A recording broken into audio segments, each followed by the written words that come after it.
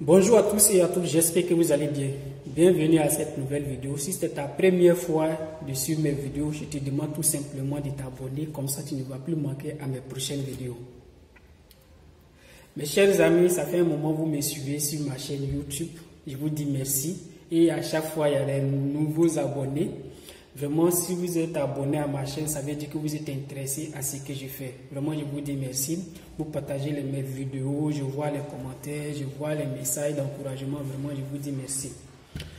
Et compte tenu de vos différentes questions que vous me posez à chaque fois, donc ça fait que je fais des recherches pour avoir de bonnes informations pour vous donner. Et la fois passée, j'ai eu à faire des vidéos où quelqu'un est venu commenter ma vidéo qui n'a rien à voir avec le contenu de ma vidéo. Mais je pense que j'aurai une réponse pour cette personne aujourd'hui. Parce que j'aime parler à travers les preuves. Voilà, il faut faire les choses à travers les preuves. Il ne faudrait pas venir parler parce qu'il faut parler. Voilà. Et pour continuer, je tiens à vous dire qu'aujourd'hui, nous avons une bonne nouvelle et une mauvaise nouvelle. Donc, si vous voulez savoir de quoi il s'agit, je vous demande tout simplement de vous abonner à ma chaîne et d'activer la cloche de notification et rester avec moi jusqu'à la fin de la vidéo. Comme ça, vous saurez de quoi il s'agit réellement. Maintenant que c'est fait, nous allons rentrer dans le but de notre sujet. Nous avons deux nouvelles. La première, elle est bonne et la seconde, vraiment, elle est très mauvaise. Voilà, c'est une mauvaise nouvelle pour nous parce que vraiment, c'est vraiment décevant. Voilà, c'est vraiment décevant. Ça dépend de l'état d'esprit de tout chacun pour pouvoir surmonter cette épreuve. Voilà. Donc, la première nouvelle, elle est bonne. Voilà, parce que aujourd'hui, beaucoup d'étudiants s'intéressent à la Russie. Comment est-ce que je peux venir étudier en Russie comme un boursier ou un non-boursier? Pas mal d'étudiants aujourd'hui se posent la question. Et il y a certaines personnes qui arrivent à venir étudier en Russie comme nous autres, et par contre d'autres n'arrivent pas. Et la vidéo précédente, j'ai à signaler que lorsque vous voulez venir, venez avec vos propres moyens. Soit vous venez avec une bourse ou bien vous venez avec vos propres moyens pour pouvoir financer vos études. Parce qu'à l'époque, ce n'était pas garanti lorsque vous allez arriver en Russie pour pouvoir travailler pour financer même vos propres études. Parce que la loi n'autorise pas les étudiants à pouvoir travailler et la loi n'autorisait pas les étudiants à pouvoir travailler. Et aussi, lorsque vous avez l'occasion d'aller travailler, est-ce que vous allez laisser les études pour aller travailler, pour pouvoir avoir de l'argent? Donc aujourd'hui, cette bonne nouvelle est que il y a une nouvelle loi qui a été adoptée le 23 janvier à Moscou par l'Assemblée générale qui permet à tout étudiant étranger de pouvoir travailler sur le territoire russe sans être expulsé. Parce qu'à l'époque, 10 ans avant, il y a eu des personnes qui ont simplement travaillé en Russie et on les a expulsés. Vous voyez, ils n'ont pas commis des crimes, seulement qu'ils sont allés travailler pour pouvoir subvenir à leurs besoins et on les a expulsés. Et je prends l'année passée par exemple, il y a des personnes qu'on t'attrape, que sont en train de travailler. Si tu as la chance, si tu as le Saint-Esprit sur toi, on te demande simplement de payer une amende. Mais lorsque le Saint-Esprit n'est pas en toi, on vous ramène dans votre pays, on vous demande de quitter le territoire et revenir. Vous voyez.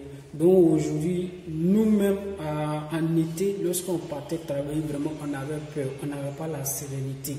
Parce qu'à n'importe quel moment, des personnes pouvaient venir vous arrêter pour vous demander est-ce que vous avez l'autorisation de travail.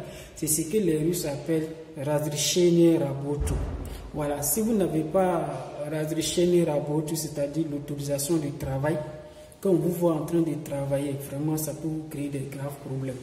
Voilà, donc cette loi qui a été votée, ça vous permet de pouvoir travailler avec sérénité.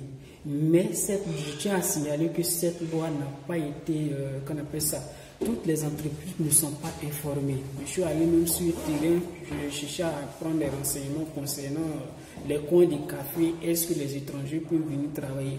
Mais la secrétaire Marie-Chère m'a montré les documents qu'il faut pouvoir travailler.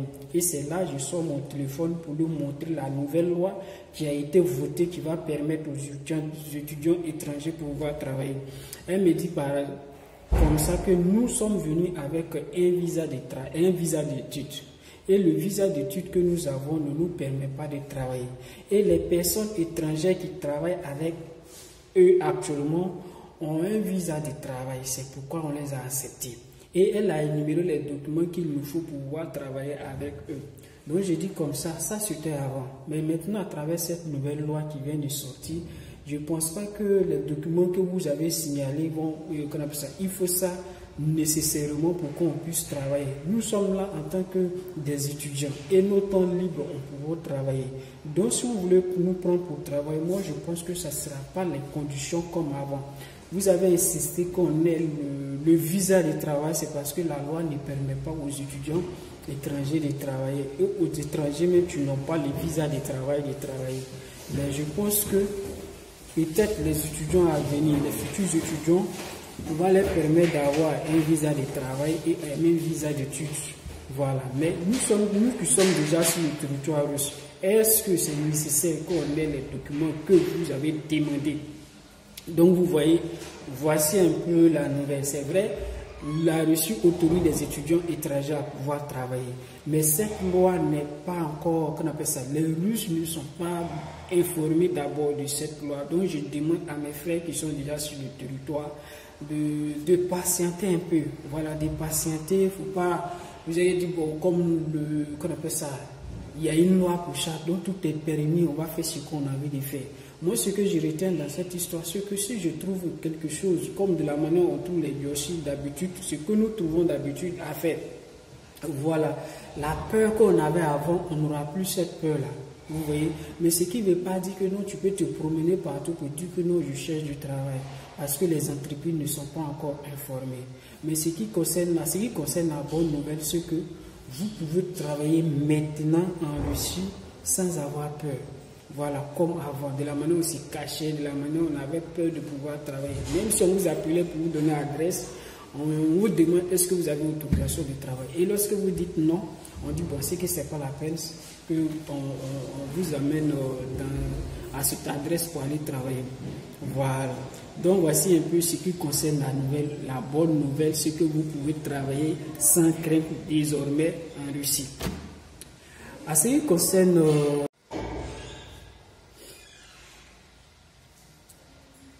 donc c'était la bonne nouvelle, c'est que, comme je l'ai dit, la bonne nouvelle c'est que vous pouvez travailler en Russie. Les étudiants à venir, vous pouvez finir vos études, chercher les stages et pouvoir travailler sur le territoire russe.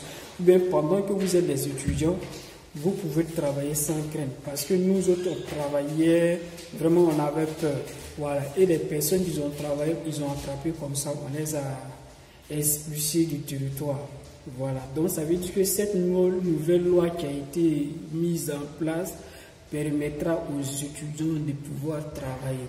Mais je tiens à signaler que ce ne sont pas toutes les entreprises qui sont informées de cette nouvelle loi. Donc, soyez un peu patients. Avec le temps, les entreprises seront informées et ils seront à la recherche des étudiants étrangers pour pouvoir travailler. Voilà. Parce que nous avons travaillé en été sur les chantiers de construction, mais quand nous sommes là-bas, vraiment, nous n'avons pas la sérénité parce que nous avons peur. Nous ne savons pas à quel moment on pouvait venir tomber sur nous pour dire, bon, vraiment, vous avez travaillé parce que vous n'avez pas autorisation de travail. Voilà, donc, maintenant, je pense que désormais, on pourra travailler sans crainte. Voilà. Mais je tiens à dire aussi que, à ce qui concerne la mauvaise nouvelle, c'est que au Canada, voilà, il y a une étudiante du nom de Rose Eva. Rose Eva est camerounaise qui a fini sa maîtrise à l'université de Yaoundé au Cameroun. Et elle a eu permis d'études, comme ça, elle s'est permis d'études au Canada. Elle arrive au Canada le 29 juillet 2017. Et elle commence ses études qui devraient commencer en septembre 2017, jusqu'au 20 décembre 2020. Mais on lui a établi un permis de travail qui devait prendre fin le 31 mars 2020. Mais elle a plutôt vite fini ses études en septembre 2019. Selon elle, elle pense que son permis de travail est toujours valable.